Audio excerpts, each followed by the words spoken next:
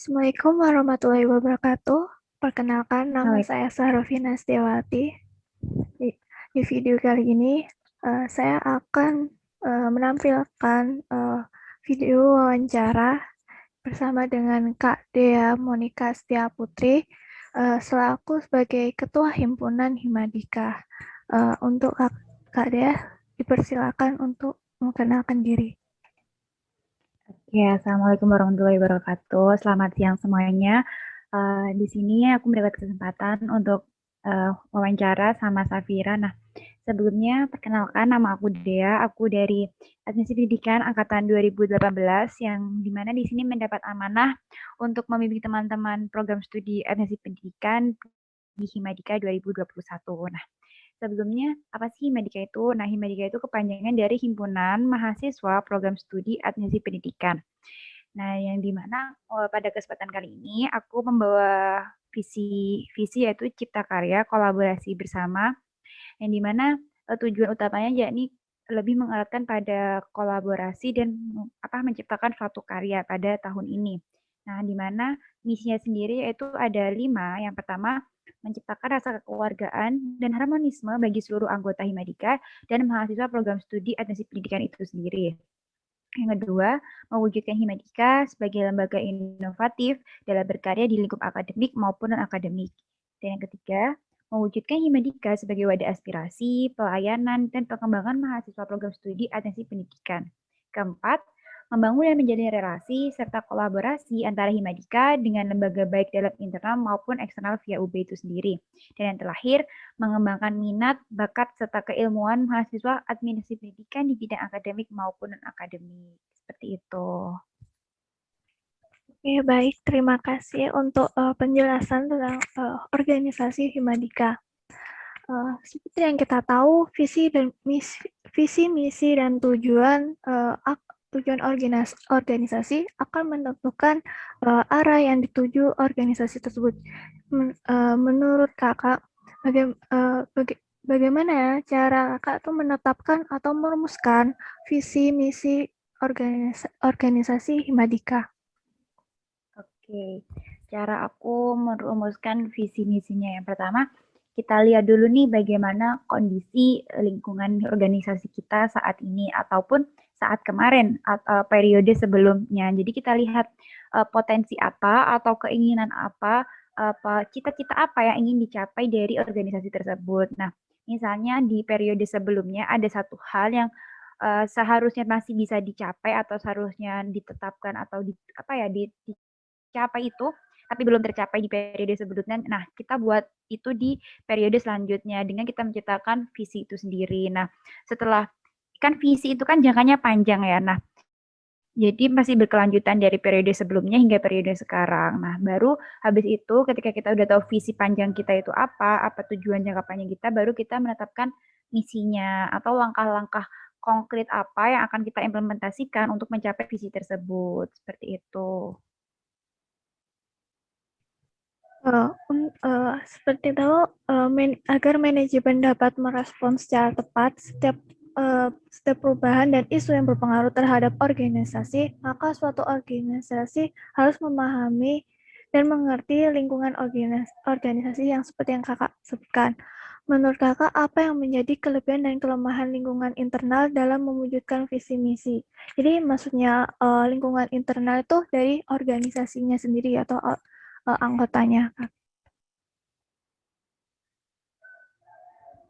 Oke, yang jadi kelebihan kekurangan ya di bagian lingkungan internal. Oke, nah yang jadi kelebihannya pertama kita tahu bagaimana kondisi orang yang ada dalam organisasi tersebut karena dalam satu organisasi kita yang punya namanya HRD atau Human Resource Development. Nah, seperti itu gunanya HRD adalah untuk meresearch ataupun meriak bagaimana keadaan orang-orang dalam organisasi tersebut. Jadi kita tahu gitu kalau orang itu maunya seperti apa. Nah, bahkan yang lebih kita gampangkan lagi sebelum orang tersebut diterima dalam suatu organisasi, dia akan melalui tahap yang namanya wawancara ataupun screening. Jadi kita tahu bagaimana standar orang tersebut, apakah dia telah sesuai dengan standar yang organisasi tetapkan. Itu kelebihannya. Nah, kekurangannya kita balik lagi organisasi yang kita lingkup ini itu orang yang kita kita imbangi itu manusia yang dimana dia punya akal dan pikiran. Nah, jadi kita nggak bisa memprediksi secara pasti nih orang ini mau seperti apa. Jadi kelemahannya itu tadi kembali lagi ke diri masing-masing organisasi itu, ke diri masing-masing individu itu seperti itu. Terus untuk menurut Kakak peluang dan ancaman apa yang ada di lingkungan eksternal? Jadi lingkungan eksternal itu seperti di luar organisasi itu. Kan seperti yang Kak tahu kan selama ini kan selama pandemik itu termasuk dalam lingkungan eksternal. Oke, peluangnya di lingkungan eksternal di organisasi pertama di zaman yang udah serba teknologi dan modern saat ini, peluangnya kita bisa lebih mudah untuk bisa berhubungan dengan antara organisasi satu dengan organisasi lainnya, menjalin relasi dengan yang lainnya, karena semuanya udah via online gitu, kita nggak perlu bertatap langsung gitu, tinggal bikin jadwal udah bisa ketemu meskipun via online. Kelemahannya adalah di sini minimnya motivasi nih dari setiap individu untuk saling berkaitan kayak gitu. Kita lihat emang semuanya bisa lebih mudah, tapi nggak sedikit juga orang yang kurang termotivasi untuk menjalin hubungan secara online kayak gini. Mesti mereka masih ada mikir kata-kata kasih tuh kayak males seperti itu. Terus menurut Kakak yang tadi Kakak bilang kekurangan motivasi pada diri sendiri, maksudnya anggota. Terus Kakak bagaimana cara meningkatkan motivasi anggota organisasi Kakak? Oke, cara meningkatkan motivasi anggota organisasi ya. Yang pertama, karena di sini aku sebagai pemimpin, aku hasil bertanggung jawab terhadap semua anggota organisasiku seperti itu. Tapi tidak dipungkiri juga, aku tidak bisa merage mereka secara keseluruhan gitu loh. Nah, inilah gunanya struktur organisasi gitu. Jadi aku kan punya badan pengurus harian nih, yang dimana dia mengepalai setiap departemen. Nah, jadi disitulah tuh tugas dari setiap kepala departemen untuk memotivasi, karena sejatinya mereka lah yang lebih dekat dengan anak-anak mereka di situ. Mungkin kalau aku yang turun langsung nanti akan menyalahin atau ini strukturnya seperti itu. Nah, untuk lebih gampangnya lagi kan kita sebagai organisasi kita punya grup besar tuh. Nah, gimana caranya aku mendekati mereka lewat grup besar itu meskipun secara online, mungkin kita bisa ngajak mereka nge-game ataupun ngajak mereka ngobrol di grup seperti itu. Itu salah satu langkah sederhana untuk mendekatkan diri kepada anggota seperti itu. Terus setelah Kakak tahu kan ada kelebihan dan kelemahan pada lingkungan internal serta peluang dan ancaman di lingkungan eksternal, strategi apa yang Kakak ambil untuk mewujudkan visi dan misi tersebut? Strategi apa? Yang pertama, kita nggak bisa nih kalau mau condong mau lihat ke internal terus, kita nggak bisa. Kita harus imbang gitu loh. Ngelihat antara internal dan juga eksternal. Nah, strategi apa yang kita lakukan? Pertama, kita harus melihat nih, apa langkah pertama atau apa sih perencanaan terdekat yang akan kita lakukan ke depannya. Itu bisa kita lihat dari 3 bulan ke depan gitu. Entah kita mau apa di dalam organisasi ataupun kita mau apa nanti keluar organisasi tersebut. Intinya baik lagi ke perencanaan seperti itu.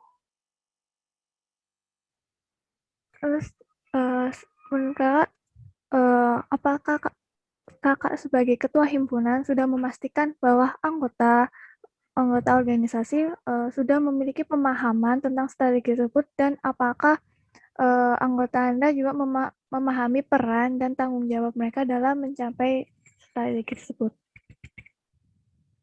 Oke. Aku selalu mastiin semoga mereka selalu paham dengan strategi apa yang aku aku ajukan, yang aku bawa, karena kita selalu mengadakan rapat rutin gitu. Jadi setiap bulan kita selalu mengadakan rapat, entah itu baik dalam lingkup departemen ataupun dalam lingkup ini satu organisasi. Nah, dari rapat tersebutlah aku memastikan lagi nih kalau apa nih perencanaan kalian dari setiap departemen bulan depan, proker selanjutnya bagaimana. Nah, dari situlah aku tahu, oh kalau anak-anakku yang ada di organisasi ini, mereka udah paham nih mau ngapain ke depannya kayak gitu. Menurut Kakak selama mencapai visi misi, apa ada seperti pada misi pertama di mana menciptakan rasa kekeluargaan dan harmonisme bagi seluruh anggota Himadika dan mahasiswa program studi administrasi pendidikan. Nah, seperti yang tahu selama pandemi ini kan agak sulit untuk kumpul-kumpul selama pandemi. Bagaimana cara kakak bisa meningkatkan rasa kekeluargaan dan keharmonisan tersebut? Oke, kalau yang di dalam lingkup organisasi sendiri kayak masih anak Himadika itu tidak terlalu bermasalah ya, karena kita udah deket di organisasi. Nah, yang rada jadi PR tuh ketika kita mau ngajak anak-anak di program studi nih yang lingkupnya lebih besar daripada Himadika itu sendiri. Nah, itu caranya ya kita lebih sering-sering nge-follow up mereka, terus ngasih info ke mereka. Kalau kita hari ini ada kegiatan ini loh, ada manfaatnya, manfaatnya loh ini itu gitu. Terus lebih ngasih sharing-sharing informasi yang lebih mereka butuhkan. Nah, dengan adanya informasi yang mereka butuhkan tuh pastinya mereka akan tertarik juga untuk ikut kayak gitu.